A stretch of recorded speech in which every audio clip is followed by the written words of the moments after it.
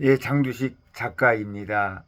이번 시간에는 그 오피니언에서 의관을 정제하자라는 제목을 오늘의 생각이 코너에서 국제팬 한국본부 전 이사장 이기련 시인의 이야기를 들어보겠습니다. 한창 사회활동을 하던 40대 초반쯤으로 기억한다. 정장에 넥타이를 매는 것이 직장인의 규범처럼 여길 때다. 그러나 잡지 기자였던 나는 넥타이를 매는 것이 귀찮기도 해 특별한 연휴가 아니면 간단한 옷차림으로 여유를 즐겼다. 어느 날이었나 몇몇 선후배와 저녁 약속이 있었다. 선배들도 있는지라 좀 일찍 약속 장소로 갔다. 날씨는 쌀쌀했다. 평소처럼 터를넥 스웨터에 홈스폰을 걸치고 있었다. 한 후배가 나보다 먼저 와서 기다리고 있었다. 아주 친분이 있는 후배였다. 자리에 앉자 후배는 말한다. 넥타이 안 맸네요. 의아했다. 날도 축구해서. 얼버무리자 후배는 넥타이는 본인을 위해서 매는 게 아니라 앞에 있는 사람에 대한 예의이지요 하는 것이 아닌가. 그 후배와는 서로 아끼며 격려하는 돈독한 사이이니 거침없이 말한 것이다. 언뜻 화가 났다. 만나는 인원이 많았다면 그날 일어났을 것이다. 그러나 불과 6명이 만나는 그 예약된 자리였으니 일어설 수도 없었다. 식사 내내 마음이 불편했다. 말수도 줄어들었다. 모두가 넥타이를 메고 있는데 나만 덜렁거리는 터틀넷의 홈스폰 아닌가? 갑자기 예의도 없는 막무가내 선배가 된 기분이었다. 살아오는 동안 복장 때문에 난처한 일을 당하기는 또 처음이었다. 그렇다. 그 후배 말이 맞다. 내 의상은 나를 위한 것이 아니라 앞에 있는 사람에 대한 예의다. 그러나 나는 내 생각대로 내 마음대로 걸치고 살지 않았나? 그 후부터 나는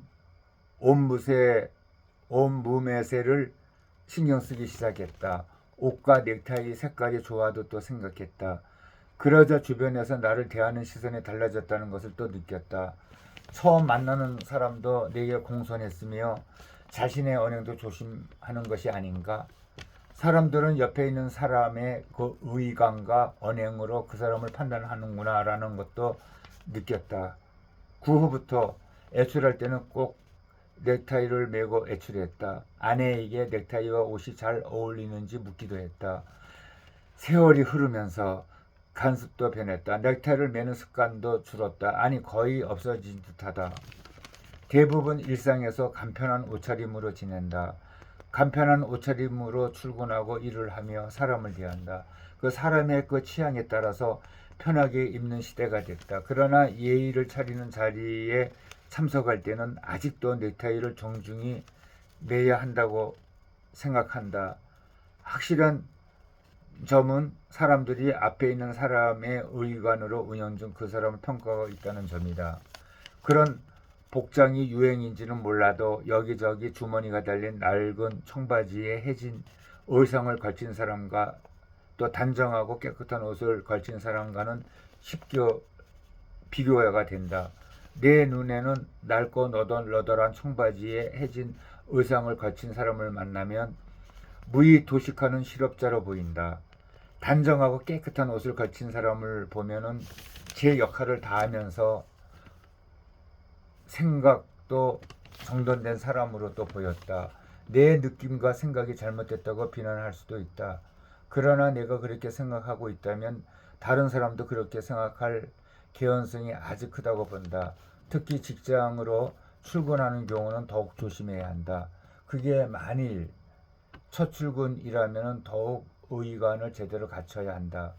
능력이 안만 뛰어나도 걸친 옷매무새로 첫인상이 평가받을 수 있기 때문이다.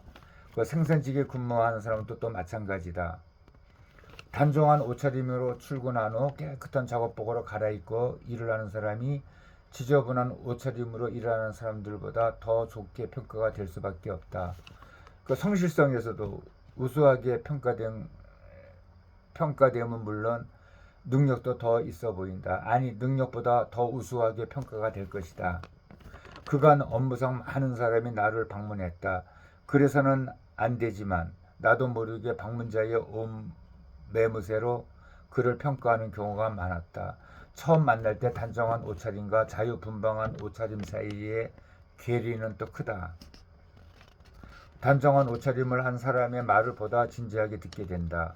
사람은 흔히 자신의 입장에서 생각하고 행동한다. 그러나 앞에 있는 사람이 어찌 생각할 것이냐는 점도 고려해서 생각하고 말도 해야 한다.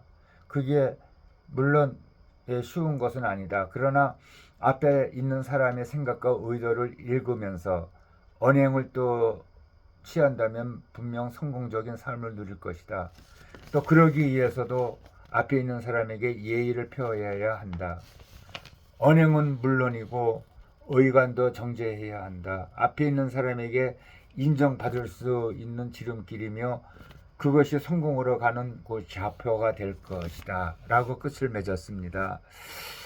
예, 그렇습니다. 역시 그 옷을 아주 단정히 입는 사람과 자기 스타일로 입는 사람과는 앞에서 보는 그 시선이 좀 틀리겠습니다.